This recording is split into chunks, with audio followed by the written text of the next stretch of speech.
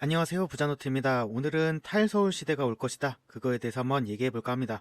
한편으로는 제가 요즘 우려하는 부분이기도 하고, 또 다른 한편으로는 그렇다고 해서 안 올 것 같지 않아서 미리 대비를 해야 되잖아요. 그래서 오늘 주제 선정해 봤습니다. 그럼 바로 시작하겠습니다. 먼저 기사를 여러 개 볼 건데요. 월세가 많이 상승했다는 얘기예요. 185만 원 벌면 63만 원이 월세로 나간다라는 기사인데, 빌라 같은 경우에도 월세가 엄청 많이 올랐고, 옆에도 있지만 아파트 월세도 그렇고 오피스텔 월세도 계속 오르는 추세예요. 이게 전세 사기 이슈로 월세를 선호해서 그런 것도 있고 이제 고금리 영향도 좀 있는 것 같거든요.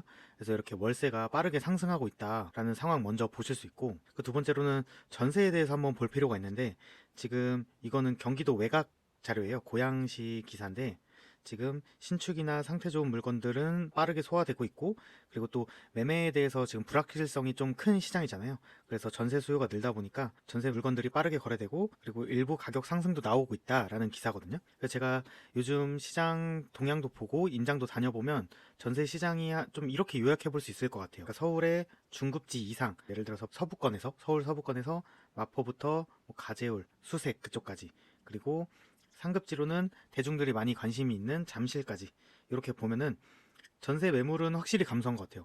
그리고 특히 서부권 같은 경우에는 전세 매물이 진짜 없거든요. 1000세대 단지에서 전세 매물이 하나, 두 개 정도 있을 정도니까 전세 매물이 감소한 사실은 맞다. 그리고 그렇게 매물이 별로 없다 보니까 전세 매물 호가가 일부 상승한 것 같아요. 근데 하지만 아직 기존 세입자들은 좀 갱신을 선호하시는 것 같아요. 20년도에 전세 계약해서 이제 4년차 되시는 분들은 조금 올랐거든요. 한 1억 정도 평균적으로 올랐는데 잘 조율해서 갱신을 하시려고 하시고, 그리고 22년도에 들어가신 분들은 2년차 됐는데 좀 많이 빠졌잖아요. 1억 5천 정도 빠진 걸로 보이는데, 그분들은 일정 부분 금액을 또 조율해서 그분들도 갱신을 원하시는 것 같아요. 전세 매물은 줄어들었고 호가는 일부 올랐는데 기존 세입자들은 갱신을 선호해서 수요는 아직 그렇게 크지 않다.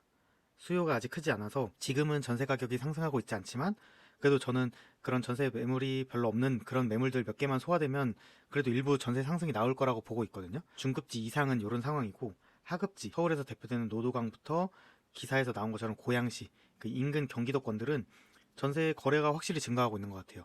일단 서울 중급지나 상급지처럼 전세 가격이 높은 편은 아니기 때문에 전세 거래가 먼저 들어왔고, 전세 가격도 일부 상승세로 보여요. 서울이나 바로 인근 경기도권까지는 현재 전세 시장이 이런 상황이다 라고 보실 수 있습니다. 그리고 또 하나 볼 거는 요즘 가장 이슈죠. 부동산 시장의 가장 이슈인데, 뭐 시멘트, 레미콘부터 시작해서 철근, 뭐 원자재 가격들이 잇따라 인상이 되고 있고, 그래서 분양가 상승이 불가피하다라는 기사예요. 그리고 최근에 또 나온 기사인데, 건설 업체들이 많이 폐업하고 있다. 3월까지 종합 건설 회사들 6곳이 부도됐고, 또 관련된 건설 업체들도 68건 정도 늘었다고 하거든요. 그리고 폐업 신고도 377건에서 426건으로 늘었다. 건설 업체들도 많이 부도되고 폐업하고 있다. 근데 뭐 이 중에서 대부분은 뭐 건설 업체라고 하지만 되게 소규모인 사업장들이 많아서 그렇게 아직까지는 큰 영향을 주진 않을 것 같긴 하지만, 어쨌든 이런 건설 업체들도 매우 힘든 상황으로 가고 있다. 신규 공급되기가 어려운 상황으로 가고 있다라고 일단 보시면 될 것 같습니다. 아까 공사비 상승 이슈에 더 나아간 부분이죠. 지금 분담금 때문에 정비 사업들 현장들이 갈등이 많이 벌어지고 있다. 공사비 갈등으로 사업 중단한 사업장들이 속출하고 있다. 그래서 기사에서는 예시가 잠실 진주 아파트, 지금 시공사와 시공비 논의하다가 공사가 중단된 상황이고, 서울 은평구의 대조 1구역, 여기도 역시 공사비 문제를 겪으면서 난항을 겪고 있다. 그리고 조합 내분까지도 있는 것 같거든요.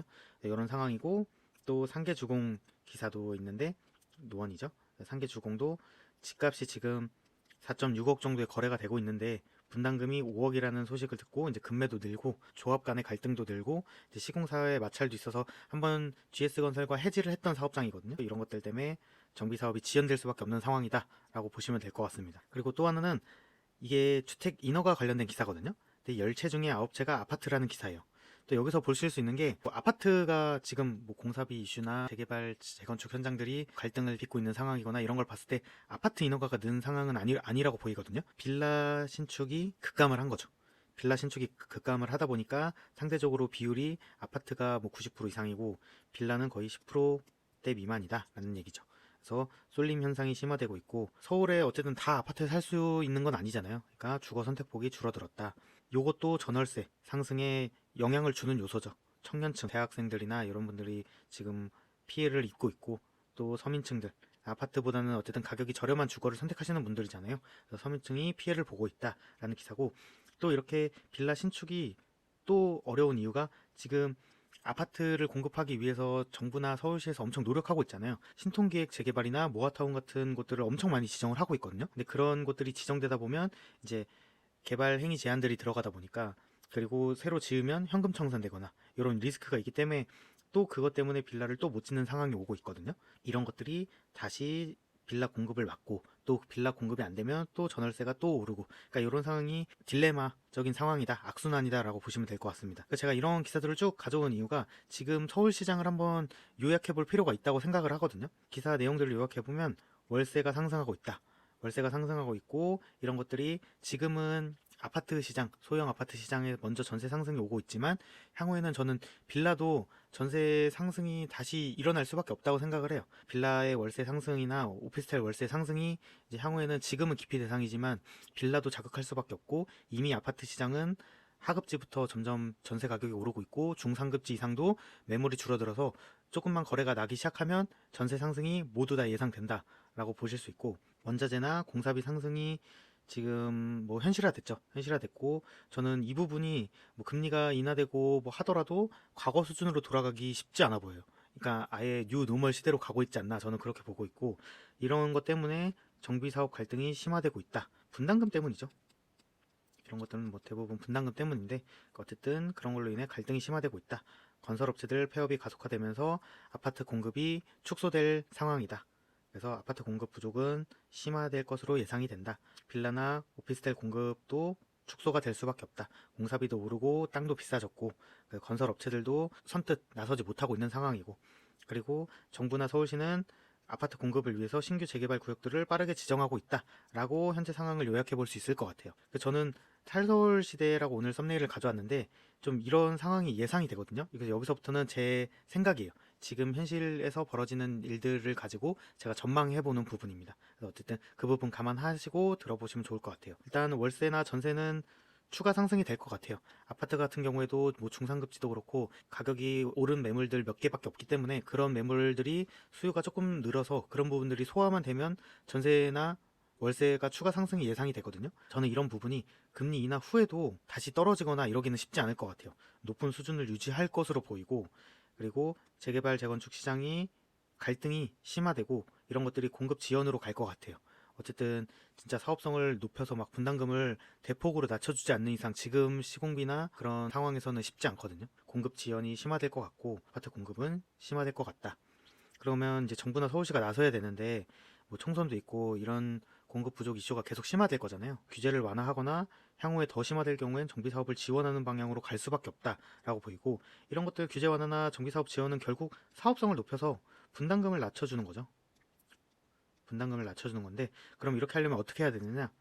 용적률을 높여주거나, 그러니까 더 높게 지을 수 있게 해서 일반 분양분을 많게 해서 정비사업 조합이 수익이 늘고, 그럼 분담금을 낮출 수 있잖아요. 이렇게 하는 방법 하나랑, 그 다음에 또 하나는 분양가 자체를 높여줄 수 있게 하면 되죠.